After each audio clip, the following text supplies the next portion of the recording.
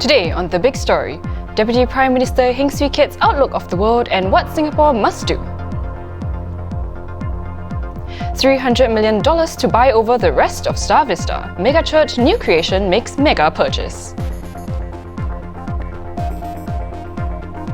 Tuna made from tomatoes and eggs made from beans? Find out if these new plant-based proteins pass the taste test.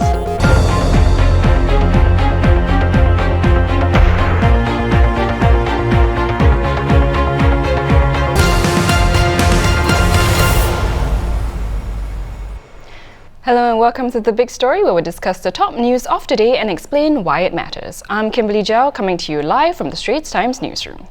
We begin with how Deputy Prime Minister Heng Keat sees the challenges ahead in the world and how Singapore can navigate through it.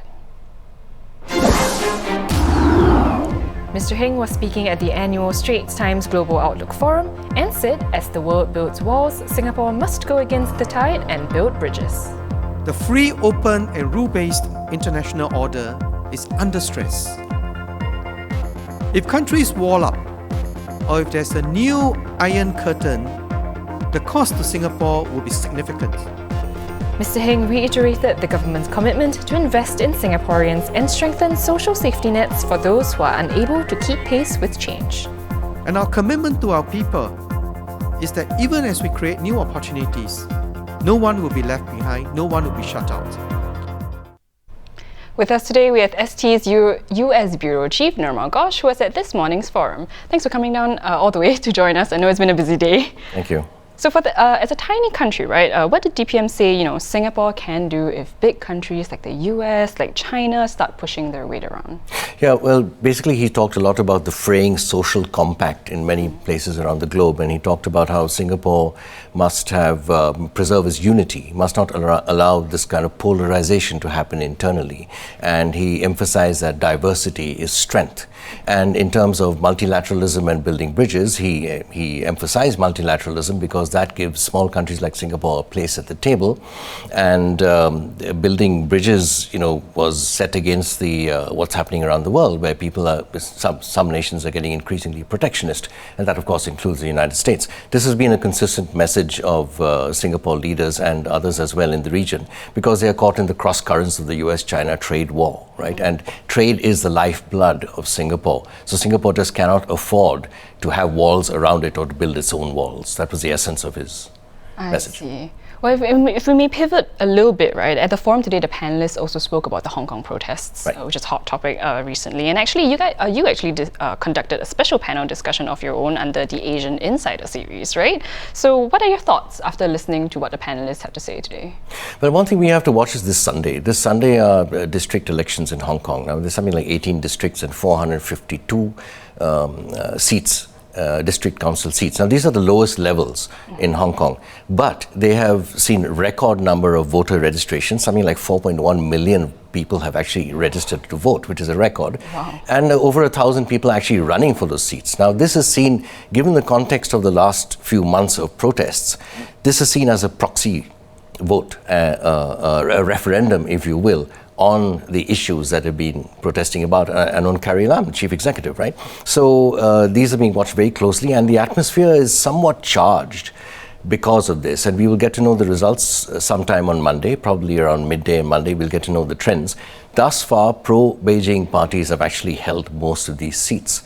Now, if that changes, that's going to be quite a fundamental shift, shall we say, in Hong Kong. If that doesn't change, then there are also bound to be accusations. There are already accusations of interference, of intimidation, and so on and so forth, given the incidents that have taken place. So that is the next sort of benchmark this Sunday. I see. Well, thanks so much for coming down and sharing your insights with us. And if you'd like to catch Nirmal's panel discussion on the Asian Insider this morning, simply search for the Straits Times Asian Insider on YouTube or Spotify. Next, megachurch new creation has just bought the entire Star Vista Mall for almost $300 million, and it says it has no plans to raise funds for this. The church owns the Star Performing Arts Centre, which is a space for the church's services that doubles as a concert venue located in the Star Vista Mall. It is the richest religious group in Singapore in terms of donations collected, going by checks done by ST. Last year, it collected $122 million in donations, and it has $633 million in total funds and reserves. And here with us today, we have ST journalist Goh Yen Han. Hello. Hi. Thanks for coming down to share more with us. Now, we're going to talk about a big number here. It's $300 million. And New Creation says it's not going to raise funds. So looking at its reserves and, last year's donations, is this a surprising thing? I don't think it's particularly surprising. So they have $633 million in the total funds and reserves. And last year alone, they managed to raise 122 in donations and offerings. So and also when they first built the PAC, the Performing Arts Centre, many years ago, I think 2 years after it was built, the church actually said that the entire about $500 million debt had been paid off. So I think the church is quite secure in knowing that they have the financial capability to fund this new purchase. Yeah, and ST also reported earlier this year that New Creation is basically the biggest religious fundraiser here in Singapore. And if you compare to any other fundraiser, it's only second to NUS. Yeah. That is a lot of money being thrown around. So would you say there are any concerns about a church sort of going into business?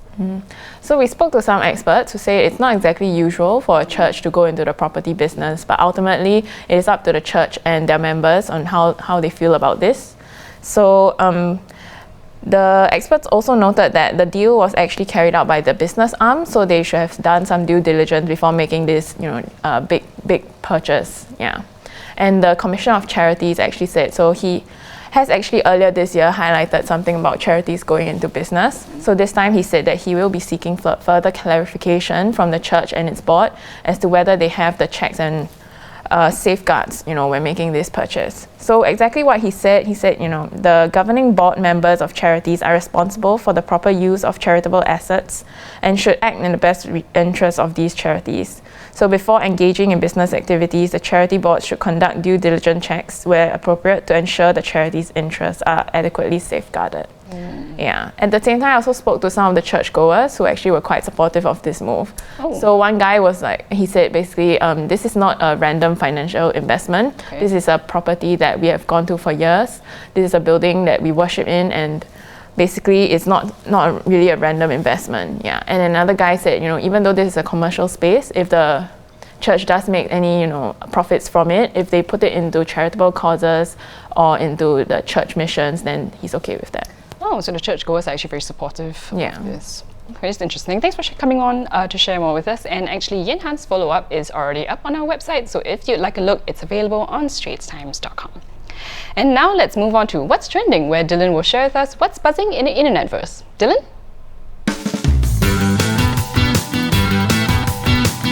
Thanks, Kim. It's time for What's Trending. First up, look at these hands. With these big, beautiful hands. Look at these hands. Famously known as tiny hands, the size of the current US president's hands has been the subject of much roasting. Now it's back in the spotlight, but this time for his handwriting. Trump's handwritten notes have become a meme after Twitter users turned them into lyrics for something that sounds like it came from the Ramones.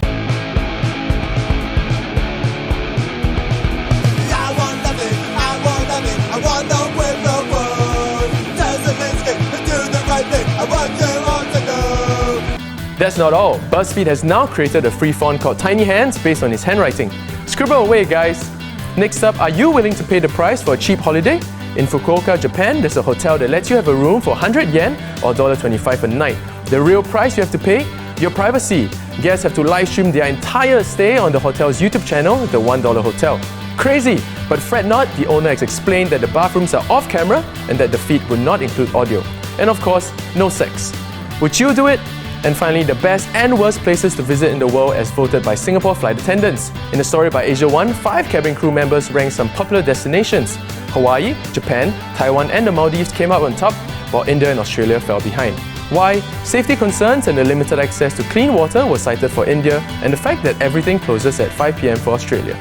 That's all for What's Trending today. If you've seen a story you want to share, link it in the comment section below. Have a great weekend, and it's back to you, Kim. Dylan? Now, raw tuna made from tomatoes and eggs made from mung beans. Does that sound appetizing to you? Well, these are some of the alternative proteins that you may be able to order in restaurants in the near future. food solutions provider SATS is in talks with at least 8 food technology companies to distribute their sustainable plant-based proteins in Singapore. Dishes made with these proteins could be available in restaurants as early as the first half of next year. Currently, prices for alternative proteins are at least 20 to 30% more expensive than similar meat products. But food technology companies predict that prices will go down in 3 to 5 years as the adoption rate goes up. With us in the studio now is ST journalist Michelle Ng to tell us more. Hi Michelle, welcome to the show. And actually yesterday is exciting. You tried some of these alternative proteins. Yeah. How did they taste? Well, I guess the short answer is very interesting. And some are quite delicious actually. So I'm sure at this point, like most people would have tried the Impossible Burger, you know, or at least heard of it. It's like the meat patty that's made from plants that's quite similar to the real thing. But yesterday I tried a couple of like more different alternatives. For example, there's this, like just now you mentioned, there's this raw tuna that's made from tomatoes and scrambled egg that's made from mung bean. So for example, the raw tuna is quite interesting. It looks like the real thing, but when you bite on it, it's a bit juicy and juicy and crisp. So it kind of has like a mild veggie taste. So it doesn't really taste like a tuna, but it's not a bad taste. Okay. Yeah. So do you think, you know, sort of this is a good replacement for meat and the other proteins that they're trying to emulate? Well, I think yes, because I think like at this point we know most people would know that like eating meat and like the large scale production of meat is quite harmful to the environment, and so like all this like plant-based protein, which means they are made from mushrooms, soy and peas, are obviously better. And I guess a lot of them, like for example the scrambled egg that's made from mung beans, the nutritional profile of this alternative is actually quite similar to the actual like chicken egg. Yeah, so they have come to a point where they you know, it's not just like the taste and the texture, but also the nutritional value of it. Which is quite interesting. This is advanced food science. Yeah, it is. That's why these companies are called like food technology companies. Yeah, that's fascinating. But why exactly is there this sort of universal shift towards plant-based options? What's the point? I think more people are becoming aware of like what sort of impact their diet has on the planet. So they are looking for you know, more alternatives. So it's not just for vegans or vegetarians, but it's also for you know, like the general, like the meat eater carnivores who want to make like small changes in their diets. Yeah, so like some of the food tech companies that I spoke to last night, they said that actually majority of their customers are, you know, people who still eat meat, but they are just looking to, you know, make small changes in diet, you know, for environmental reasons. I see. Well, actually listening to your review, I think I'm going to try some of these on my own and have more an open mind with these options. Thanks for coming on to share more with us. And if you'd like to read the full story, once again, do visit straitstimes.com.